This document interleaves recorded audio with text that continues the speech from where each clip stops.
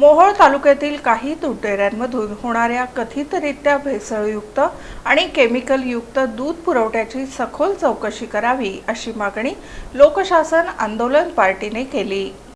राज्याच्या अन्न व औषध प्रशासन आयुक्तपदी तुकाराम मुंढे यांची नियुक्ती झाल्याबद्दल अभिनंदन करत मोहोळ तालुक्यातील काही दूध डेअऱ्यांमधून कथितरित्या भेसळयुक्त आणि केमिकलयुक्त दूध पुरवठा होत असल्याचा गंभीर आरोप करत त्याची सखोल चौकशी करण्याची मागणी लोकशासन आंदोलन पार्टीचे जिल्हाध्यक्ष राजा दिंडोरे आणि कार्याध्यक्ष मारुती जाधव यांनी पत्रकार परिषदेत केली। मोहोळ तालुक्यातील काही दूध संकलन केंद्रे आणि डेअऱ्यांमधून मोठ्या प्रमाणावर भेसळयुक्त दूध तयार करून बाजारात पुरवठा केला जात असल्याची तक्रार गेल्या 3 महिन्यांपासून संबंधित विभागाकडे करण्यात येत आहे।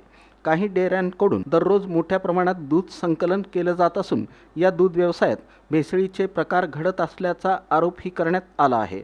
संबंधित डेअऱ्यांची चौकशी करून दुधाचे नमुने तपासणीसाठी पाठवावेत अशी मागणी करण्यात आली। अन्न व औषध प्रशासनाच्या काही अधिकाऱ्यांवरही गंभीर आरोप करण्यात आले। काही ठिकाणी छापे टाकल्यानंतर योग्य कारवाई न झाल्याचा आरोप करण्यात आला। तक्रारदारांनी अन्न व औषध प्रशासनानं स्वतंत्र तसंच निष्पक्ष चौकशी करून दोषींवर कठोर कारवाई करावी अशी मागणी केली।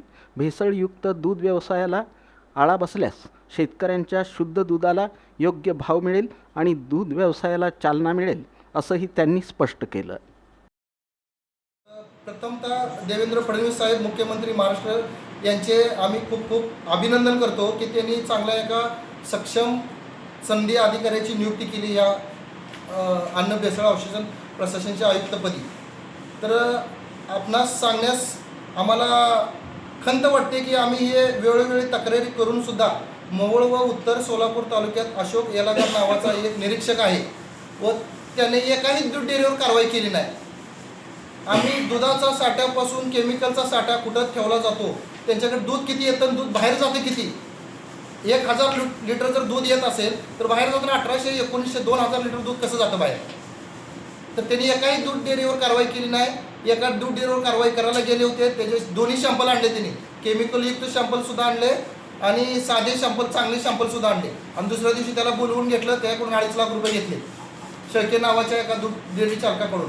आम्ही आता एवढ्या तक्रारी केल्यानंतर आयुक्त मुंडे साहेब आल्यानंतर परवा दिवशी त्यांनी रामिंगने येथे जाऊन एका अमोल वाघमोडे नावाच्या दूध डेअरी चालकावर कारवाई केली आणि त्याच्याकडून 3 लाख रुपये घेऊन आले।